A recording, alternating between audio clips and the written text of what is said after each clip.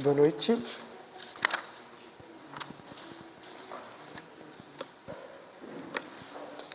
Boa noite. É um prazer receber cada um de vocês aqui mais uma vez para a gente poder falar sobre o nosso Deus. Antes da gente poder falar sobre o tema de hoje, gostaria de fazer uma breve oração para a gente poder abrir a palavra de Deus. Oremos. Amantíssimo Pai, queremos agradecer ao Senhor, Pai, por mais um dia de vida que o Senhor nos deu. Em especial, Pai, gostaria de pedir que o Senhor pudesse abrir a nossa mente e o nosso coração, Pai, para que nós possamos entender qual que é a Tua mensagem para nós nesta noite. É isso que eu lhe peço, Pai, em nome de Jesus. Amém. Amém. Como eu havia comentado ontem, a gente vai falar um pouco sobre o santuário celestial no Apocalipse. E para a gente poder, antes de eu abrir um pouco mais, eu vou relembrar sobre ontem, né? Porque a gente falou sobre ontem sobre a morte. E a morte, ela trouxe, né? Ainda traz para nós até hoje muitas tristezas, muitas dores, muitos medos e incertezas em nossas vidas. E às vezes a gente se pergunta qual que é a nossa esperança em meio a tanta dificuldade. E é maravilhoso a gente poder pensar e ter a certeza que Deus, Ele preparou um plano para que nós possamos ser libertos, para poder libertar a cada um de nós. E Adão e Eva, com a desobediência deles dois, acabou condenando o mundo à miséria e à morte. E são três fatores que eu gostaria de mencionar sobre isso. O primeiro seria que, com essa desobediência, acabou fazendo com que no céu tivesse muitas tristezas. O segundo é que o mundo perfeito, que era o qual a gente estava propenso a gente poder viver, ele agora é um mundo condenado, como a gente viu ali, à miséria e à morte. E o terceiro que, com graças ao amor divino, o amor que Deus ele tem por cada um de nós, ele fez um plano para que nós possamos ser libertos. E eu não vou nem, peço licença para a gente, que tem um verso que fala exatamente sobre isso, que eu acho que todo mundo sabe de cor, a gente não precisa nem abrir a Bíblia, que é lá João 3,16, que diz que porque Deus amou o mundo de tal maneira que deu o seu Filho unigênito, para todo aquele que nele crê, não pereça, mas tenha a vida eterna. Mas Deus, como a gente viu, tinha um plano, e o arrependimento e a fé no sacrifício que Cristo ele teve ali na cruz por cada um de nós, fez com que a gente pudesse ser liberto. E também Deus pediu para que pudesse ser criado aqui na terra um santuário terrestre, que era uma representação do santuário celestial. E com a criação desse santuário acontecia sacrifícios. E esse sacrifício, apesar de a gente pode pensar, mas tinha que sacrificar um cordeiro, um animal, tem que morrer. E em si não era nem pelo animal morrer, mas isso fazia com que a gente pudesse lembrar do terrível caráter e das consequências que o pecado trouxe para nós nesse mundo. E além que também por ela apontar Jesus como o único caminho para poder libertar o homem da culpa. E abrindo a Bíblia lá em Êxodo, no capítulo 25, a gente vai ler dois versinhos, o verso 8 e o verso 9.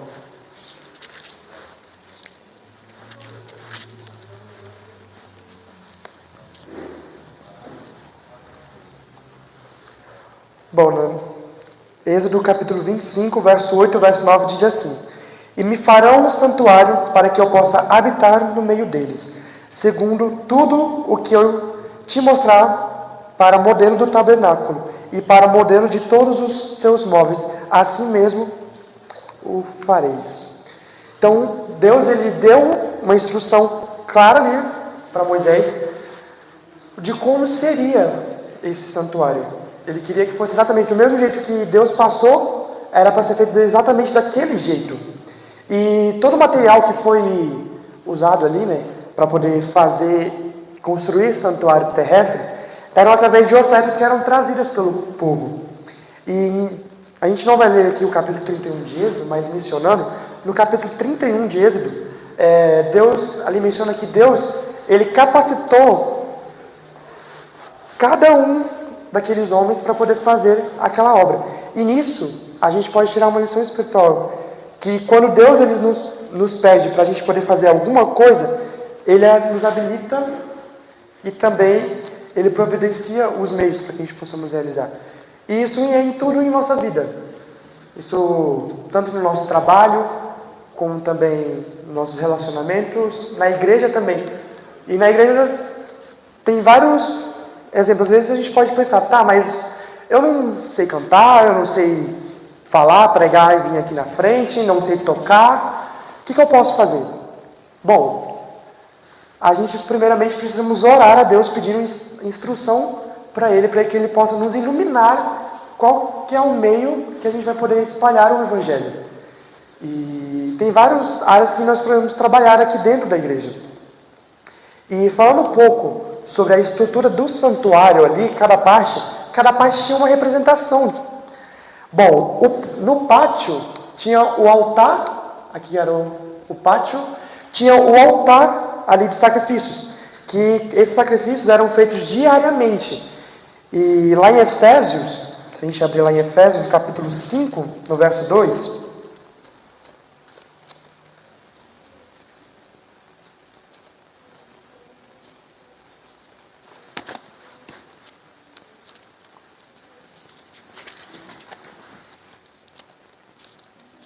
Efésios 5, 2...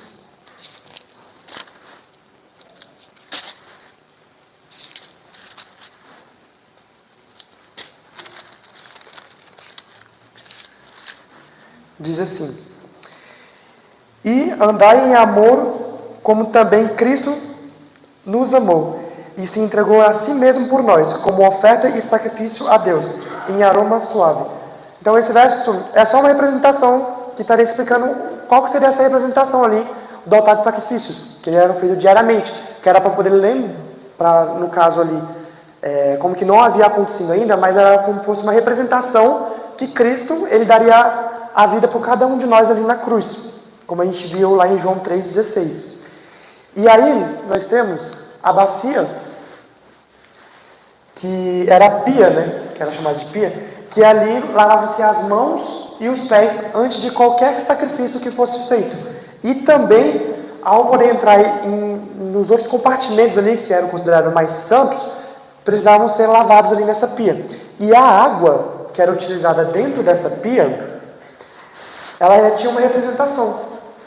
Ela representava o Espírito Santo, ela representava também a Palavra de Deus e o batismo. E agora, indo para a segunda parte, digamos, do santuário, que seria essa parte aqui, seria o lugar santo. E no lugar santo tinham duas coisas. A primeira, que era essa daqui, era a mesa dos pães, onde que nessa mesa ficava 12 pães, e esses pães representavam Cristo, Jesus Cristo, que é como que a gente viu que Cristo, Ele é o pão da vida. Então esses pães representavam Cristo, e o candelabro, que eram 7, que tinham as velas ali, isso representava Cristo também, que Cristo, Ele é a luz do mundo, como a gente viu lá em Salmo 119, 105, fala que lâmpada para os meus pés é a tua palavra e luz para o meu caminho. Então isso representa que Cristo, Ele é a luz para nós, nosso caminho, neste mundo cheio de problemas, de dores, enfim, de muitas outras coisas. E partindo agora para o lugar santíssimo, que aqui ficava um véu que separava o lugar santo do lugar santíssimo, ficava a Arca da Aliança. E nessa Arca da Aliança ficava os 10 mandamentos. E uma coisa que eu achei interessante, que aqui não dá para enxergar direitinho aqui, mas na tampa ali da arca ficava 2 anjos. E esses anjos, eles ficavam com uma das asas levantadas e uma das asas abaixadas. E isso significava a reverência, né, que os anjos tinham com a lei de Deus e o plano da salvação. E uma outra curiosidade, que esse acesso ao lugar santíssimo, ele era ilimitado. Ou seja, não era qualquer um que podia entrar ali dentro, e também não podia entrar a qualquer momento, qualquer dia que quisesse. A única pessoa que podia entrar ali dentro era o sumo sacerdote. E o sumo sacerdote só entrava uma vez por ano. E nessa vez que ele entrava, era no dia do Yom Kippur, que seria o dia do juízo. Que seria onde que seria ali, né, o povo, os pecadores, né, se reuniam no pátio, e aí aconteceu um sacrifício em prol, por perdão dos pecados do povo, que era acontecer nesse dia, que era o dia do juízo, que era o Yom Kippur. E o templo, né, o santuário terrestre, ele ficou por um tempo aqui na Terra, né, e passou para outros tempos. Ele, digamos assim, digamos que deu uma evoluída, que antes dele ser destruído ali no ano 70, ele passou por tempo de Salomão, passou por tempo de Zorobabel e também por tempo de Herodes antes de ser destruído. E quando ele foi destruído, no ano 70, Cristo ele já havia vindo nesse mundo, ele já havia morrido na cruz ali em prol pelos nossos pecados, e não fazia mais sentido criar novamente um novo santuário ali, porque a pessoa em que eles faziam os sacrifícios já tinha vindo nesse mundo e já tinha morrido por nós. Então o santuário terrestre ele não foi mais criado no ano 70 depois de Cristo, ele foi destruído e não teve mais a criação do santuário. Que aí nós vimos para o santuário celestial, que o santuário terrestre ele era uma representação, era um modelo do santuário celestial. E no livro de Apocalipse acaba falando que esse modelo, o do santuário celestial, era um modelo de algo muito maior. Era uma pequena representação do que seria aquele grande santuário celestial. E aí, gostaria que agora os irmãos pudessem ir lá em Apocalipse, que a gente vai ler 3 versículos no livro de Apocalipse, para a gente poder entender um pouco mais sobre o santuário celestial. Lá em Apocalipse, no capítulo 11, no verso 19, vai ser o primeiro que a gente vai ler.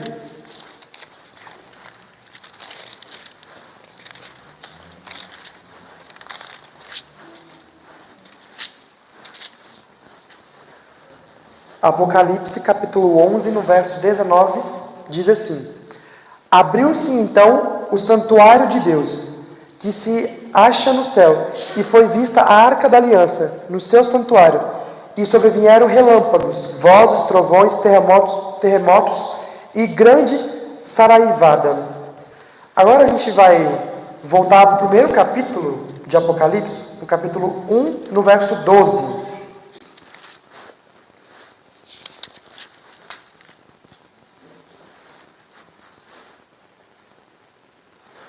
Que diz assim: Voltei-me para ver quem falava comigo, e voltando, vi 7 candeeiros de ouro.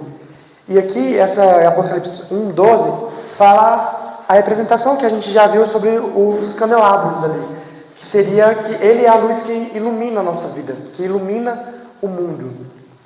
E Apocalipse 8:3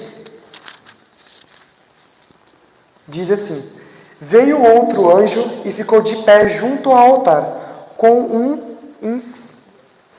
incensário de ouro, e foi-lhe dado muito incenso para oferecê-lo como as orações de todos os santos sobre o altar de ouro, que se acha diante do trono. E com esse verso aqui, eu pude entender um pouco mais que, comentando com os irmãos, às vezes quem aqui já orou e sentiu que a sua oração, ela não estava sendo atendida por Deus? Eu falo porque eu mesmo muitas das vezes, eu já orei a Deus e achei que Ele não dá as respostas para mim. Mas nem tudo é no nosso tempo, porque a gente temos que aprender que não é no nosso tempo de ser humano, é sempre no tempo de Deus. E a certeza que nós precisamos tirar é que Deus, Ele ouve todas as orações. Não tem uma oração que nós tenha feito que Deus, Ele não tenha ouvido. E os sacerdotes ali do Antigo Testamento, eles eram uma representação de Jesus. Porque agora, nesse santuário celestial, precisa ter um sacerdote, de um sumo sacerdote. Que como que antes, no santuário terrestre, tinha um sacerdote ali que intercedia uma vez pelo ano pelo povo, o santuário celestial precisa também ter. E essa pessoa seria Jesus. Ele é o nosso sumo sacerdote. Além que assim a gente pode pensar, mas tá, se ele é o nosso sumo sacerdote, mas ele também é o cordeiro? Sim, ao mesmo tempo que ele é o nosso cordeiro, ele também é o nosso sumo sacerdote. E abrindo lá em Hebreus, voltando um pouquinho, Hebreus no capítulo 8, a gente vai ler 2 versículos, que vai ser o versículo 1 e o versículo 2. Hebreus 8, 1, 2.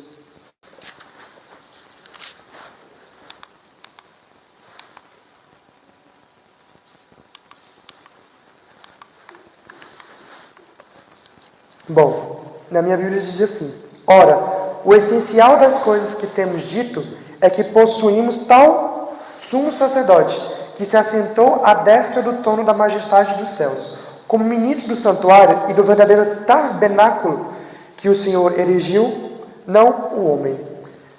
Então, com esse versículo a gente consegue entender que a única pessoa que pode ocupar esse lugar no santuário celestial, o único que pode ser o nosso sumo sacerdote é Jesus Cristo.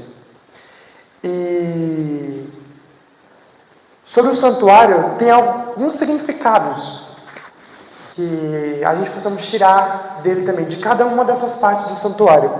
A primeira delas seria ali a porta do pátio, ou seja, a entrada ali para o santuário, que ele vai representar a salvação, ou seja, a necessidade de cada um de nós de podermos sermos salvos.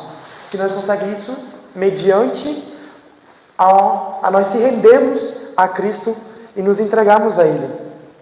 O segundo, que seria o altar dos holocaustos, vai representar a justiça de Cristo, que é colocada sobre cada pecador.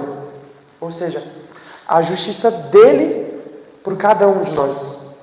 O terceiro seria a bacia, que a bacia ali, ela vai representar ali a santificação, que para essa santificação a gente precisa ter um crescimento diário, porque não é uma coisa que de uma hora para outra a gente vai conseguir a santificação. Precisa da gente ter uma comunhão, ou seja, um contato especial com Deus. E às vezes a gente pode pensar, eu falo porque muitas das vezes, eu mesmo quando eu fui buscar ter esse contato especial com Deus, eu acabei fazendo como se fosse um sentimento de obrigação. Às vezes ali eu levantava ali e cansado e não queria saber, não, vou deixar para ler minha meditação, fazer minha comunhão com Deus ali mais tarde, e às vezes eu nem fazia. E às vezes quando eu levantava, eu fazia, mas eu fazia no sentido que eu estava sendo obrigado por fazer aquilo ali. E para a gente poder conseguir ter essa santificação, esse crescimento diário, precisa ser algo que vem no nosso coração. Precisa ser algo que nós mesmos queiramos fazer. Não que é uma coisa que é obrigada, que foi imposto para nós podermos fazer. O quarto seria o altar de incenso. Que esse altar de incenso vai representar a intercessão. Que a intercessão só tem uma pessoa neste mundo que faz a intercessão por cada um de nós, que é Jesus Cristo. E Ele sempre está ali intercedendo por cada um de nós. O quinto seria o candelabro de ouro. Que o candelabro de ouro vai representar a ação do Espírito Santo. Porque o Espírito Santo, ele está hoje atuando, em prol da igreja. Hoje, o Espírito Santo ele está atuando em nossos corações. E o sexto seria aqui a Arca da Aliança. Que a Arca da Aliança vai representar a misericórdia de Cristo por cada um de nós. E eu vejo que essa misericórdia é a morte dele na cruz por cada um de nós. Porque Deus, ele não tinha nenhuma obrigação de poder ser tão bondoso, tão gentil com cada um de nós. E às vezes eu fico pensando, como se eu estivesse no lugar de Deus.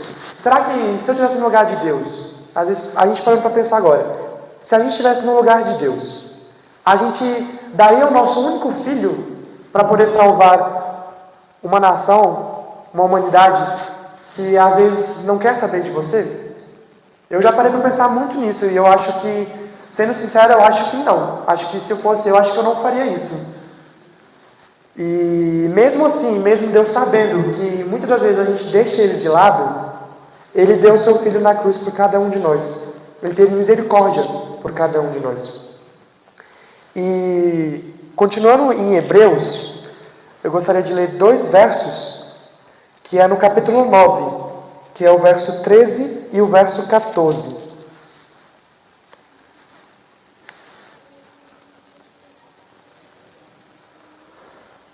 Bom, na minha Bíblia diz assim: portanto, se o sangue de bodes e de touros e a cinza de uma novilha, aspergidos sobre os contaminados, os santificam, quanto à purificação da carne, muito mais o sangue de Cristo, que pelo Espírito Eterno a si mesmo se ofereceu sem mácula a Deus, purificará a nossa consciência de obras mortas, para servirmos ao Deus vivo. Bom, Hebreus, nesse capítulo 9, vai falar o que eu já havia comentado, que Cristo, Ele é o Cordeiro e Ele é o sacerdote. E continuando lendo ali em Hebreus, vou ler 2 versos rapidamente, que falam sobre isso, que seria ali Hebreus 9, no versículo 24, que diz assim: porque Cristo não entrou em santuário feito por mãos, figura do verdadeiro, porém no mesmo céu, para compadecer agora por nós, diante de Deus. E eu vou ler ali rapidamente também, Hebreus, o capítulo 8, no verso 6, que diz assim: agora, com efeito, obteve Jesus mistério, tanto mais excelente, quanto é ele também mediador de superior aliança, instituída com base em superiores promessas. Bom, Cristo, Ele cancela a nossa dívida pelos nossos pecados. E Jesus, Ele é o único mediador entre o Pai, entre Deus e entre o homem, entre cada um de nós. Ele intercede por nós diante do seu Pai, do nosso Pai, através do seu sangue ali na cruz por nós. E Ele também intercede para que nós possamos nos reconciliar com o Pai, para que nós possamos aceitar a vida de santidade, para que nós possamos ser obedientes aos seus mandamentos. E basta somente nós se arrependermos. Nós queremos aceitar o perdão que Deus oferece gratuitamente para nós. E Deus, Ele quer fazer com que cada um de nós possamos aceitar o perdão e a salvação. Basta, como eu mencionei, cada um de nós querer. Eu vou cantar uma música agora. E durante essa música, se você sentir no seu coração que hoje você aceita receber de Deus essa salvação, eu peço que você se coloque de pé para que nós possamos fazer a oração final.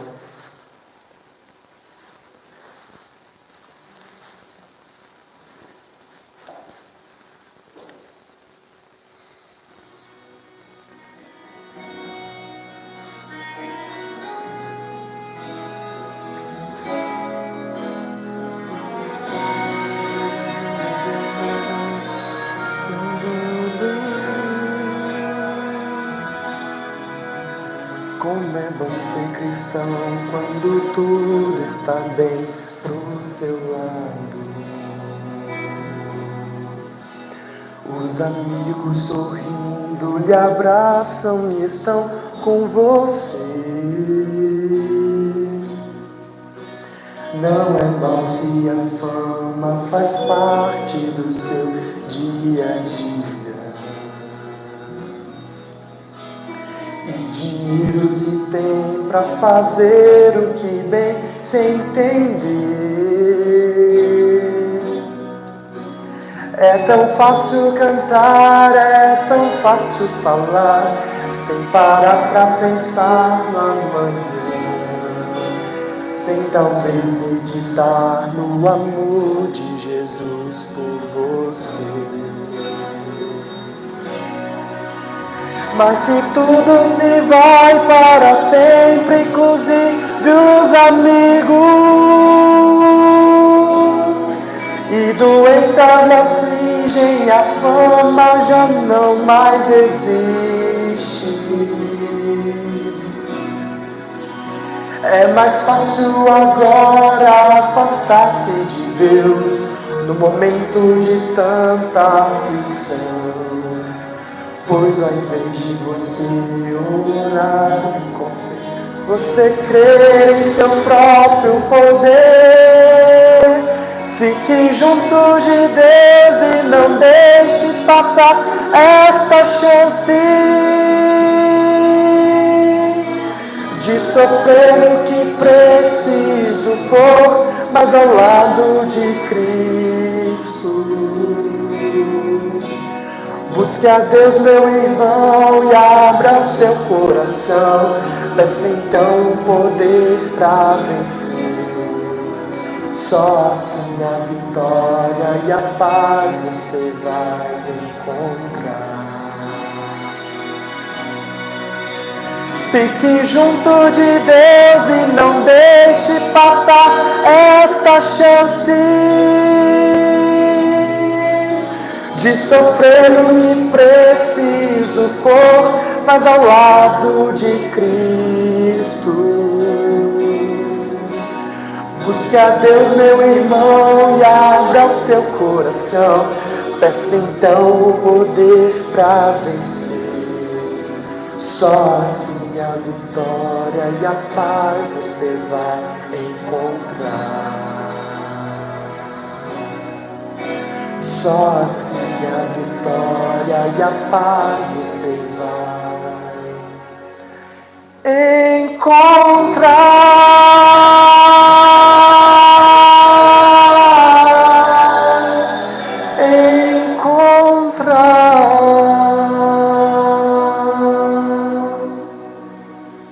Oremos. Paizinho, nós sabemos, Pai, que nós não merecemos a graça e a chance que o Senhor nos dá para nós a cada dia. E nós vimos hoje, Pai, que o Senhor, mesmo nós mesmos, como ser humanos errantes, pecadores, o Senhor quer nos dar a chance de podermos nos arrepender dos nossos pecados e decidir voltar e estar ao seu lado, Pai. Muito, mas muito obrigado, Deus, por essa chance. Que a partir de hoje, Pai, nós possamos aceitar esse compromisso, de aceitar essa chance que o Senhor nos deu. Que a gente possamos ter um contato mais íntimo, Deus, com você. Que nós, ao entrar em comunhão com o Senhor, Pai, nós possamos fazer por vontade própria e não por obrigação. Venho pedir, Pai, que o Senhor nos perdoe por todos os nossos pecados, Pai. Que mesmo a gente falando, Deus, eu não vou mais fazer isso, a gente mesmo assim continua pecando, Pai. Que o Senhor possa nos perdoar, que através de Jesus, que Ele intercede por cada um de nós, pelo nosso sumo sacerdote, Pai, o Senhor possa poder aceitar essa chance nossa de perdão. Venho pedir que o Senhor, Pai, nos leve até os nossos lares em tranquilidade, que nada, Deus, de mal aconteça. Nos abençoe e nos dê uma ótima noite. É isso que eu lhe peço, Pai, não por mérito próprio, mas o doce nome do seu Filho amado Jesus Cristo. Amém. Amém. Bom, uma boa noite a todos e até amanhã. Amém.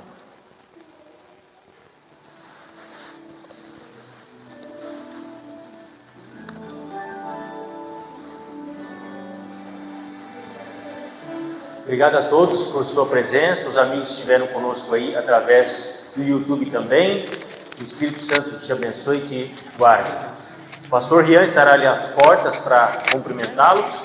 E como ele mesmo fez o convite agora ao final, esperamos vocês para estar conosco também. Amanhã vamos conseguir transmitir, estarei aqui com vocês amanhã.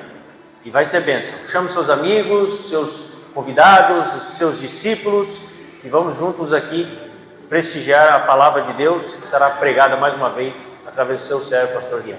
Graças e paz a todos, tenham uma linda noite.